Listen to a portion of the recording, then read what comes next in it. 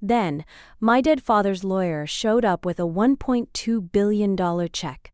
My name is Harper Quinn Moreau, and 3 months ago the entire state of Louisiana thought I buried my husband in a closed casket funeral paid for with spare change and a GoFundMe. They were half right. There was a casket. There was a priest. There were tears, plenty of them mine. But the man everyone mourned as Alexander James Moreau, beloved son, brother, husband, taken too soon at 31, never actually occupied the box. Let me take you back to the day the world ended the first time. March 14th, Baton Rouge, Louisiana. I was 29 years old, 5 months pregnant, and standing in the rain beside a highway ditch where a black F-150 had wrapped itself around a cypress tree. The trooper who broke the news kept calling me ma'am in that soft southern way people do when they're about to destroy your life. Mrs. Moreau, we're sorry, no survivors. Dental records will confirm. By the time I got to the hospital morgue, the story was set in stone. Drunk driver crossed the median, Alex swerved, instant, case closed. I believed it. Why wouldn't I? I'd kissed him goodbye that morning while he stole the last beignet. He'd rubbed my belly and whispered, "Take care of our little Cajun for me, chair."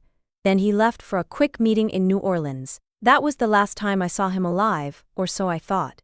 The swindle 2 hours of hell. The funeral was March 18th. St. Francisville Catholic Church. Overflowing with people who barely knew us but loved a tragedy. I wore the only black dress that still fit over the bump. That same afternoon, while I was still holding a paper plate of cold jambalaya at the repast, Victor slid a stack of papers across the table. "Harper, sugar," he drawled. East Baton Rouge Parish's favorite personal injury lawyer voice turned syrupy. "We're all grieving, but we gotta handle business. Alex died intestate, no will. Louisiana law says everything goes to blood kin, you understand." I understood I was about to be homeless. Alex and I had poured every dime into our starter house on False River, a little Acadian cottage we renovated ourselves. Title was in his name only because my credit was shot from student loans. Bank accounts? Joint, but Victor's paralegal discovered Alex had moved everything into a revocable trust 2 weeks prior. Beneficiaries, Claudette and Victor.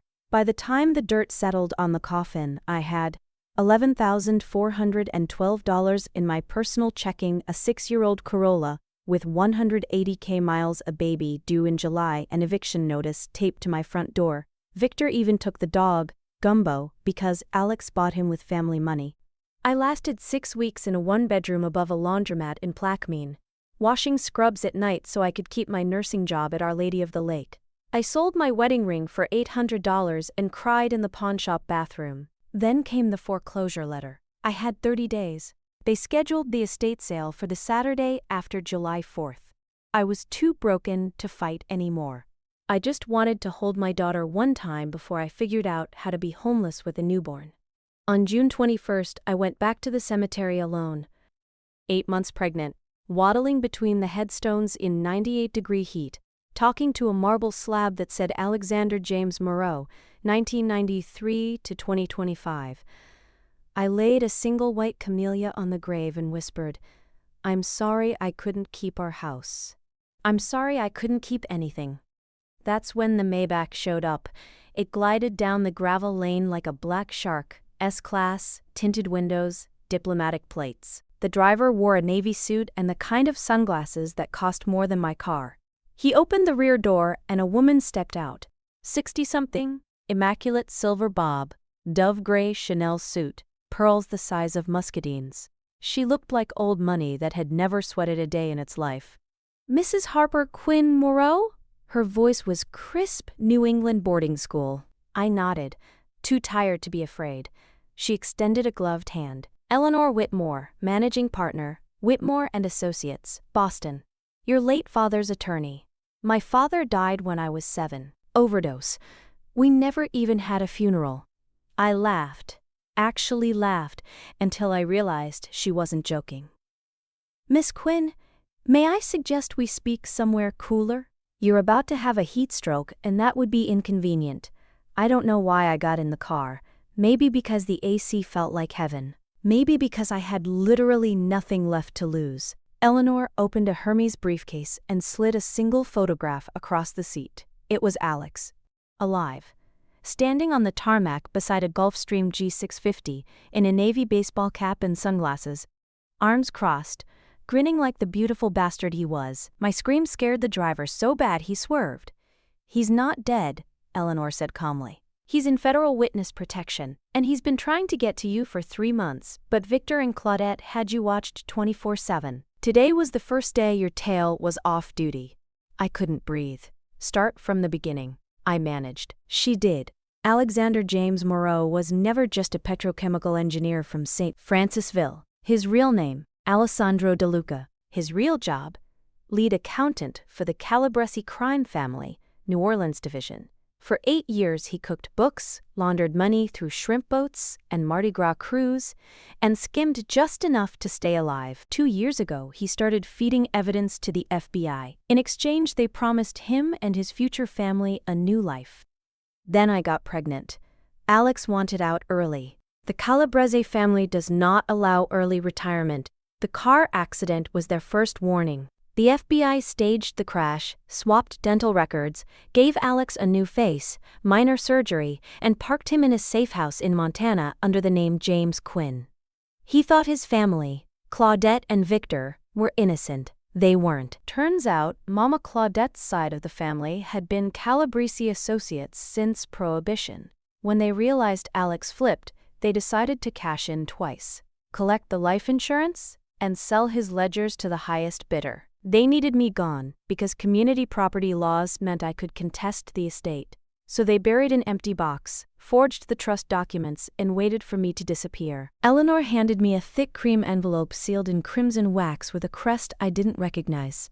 Inside, a new Louisiana birth certificate for my daughter, due any day, listing father as James Quinn, not Alexander Moreau. Keys to a house in Cashmere, Montana, 6 bedrooms, 22 acres, already furnished with a nursery, a black Amex with no limit, a trust statement from Banque Privée Edmondus Rothschild, Geneva $1.247 billion, USD, liquid, a handwritten letter in Alex's handwriting. "Harper, I'm sorry I let you think I was dead. I'm sorry I let you suffer 1 single day. The marshals say I can't come home until the Calabrese trial is over 90 days max. Until then, Eleanor will keep you safe. Our daughter deserves to be born free. I never stopped loving you. I never will. Wait for me under the big sky. Your husband, the one who's very much alive." I cried so hard the driver pulled over. I did not go to Montana. Not yet. First, I went into labor that night. Perfect timing. The universe has a sense of humor. I gave birth to Delilah James Quinn at 3:17 a.m. on June 22nd, 8 pounds 2 ounces, screaming like she already knew the plan. 72 hours later, I walked into the St. Francisville courthouse wearing a custom ivory suit that cost more than Victor's BMW. Delilah asleep in a $4,000 Duna stroller, Eleanor Whitmore at my left, and 2 federal marshals at my back. Victor was there trying to probate the estate. He saw me and went ghost white. "Objection," I said to the judge, voice steady as Bayou Sarah. "The decedent isn't actually dead." I slid the death certificate revocation across the bench, signed by the U.S. Attorney General himself. Plus, Alex's sworn video deposition from an undisclosed location. The courtroom exploded. Victor tried to run. The marshals tackled him in the hallway. Turns out, forging a dead man's trust documents while taking kickbacks from a crime family is frowned upon. Claudette was arrested 2 days later trying to board a flight to the Caymans with 14 suitcases and a frozen casserole. Don't ask. The house on False River? Mine again, plus the 5 others they bought with Alex's blood money. I sold them all, except ours. Kept the little Acadian cottage, painted it the softest blue, hung new porch swings. The first snowfall came early. I was on the porch wrapped in one of Alex's old LSU sweatshirts. The marshals delivered 3 boxes of his clothes for the baby. When the black Suburban rolled up the driveway, he stepped out slower than I remembered, hair a little longer, new scar along his jaw, eyes the same storm gray that made me fall in love at 23. He didn't speak, just walked straight to me, dropped to his knees in the snow, and pressed his forehead to my belly where Delilah was napping against my chest. I tangled my fingers in his hair and cried the kind of tears that come after you've already used them all up and the world gives you more anyway. Behind us, the northern lights danced green and purple across the mountains, like even the sky wanted to celebrate. They buried me broke at 29.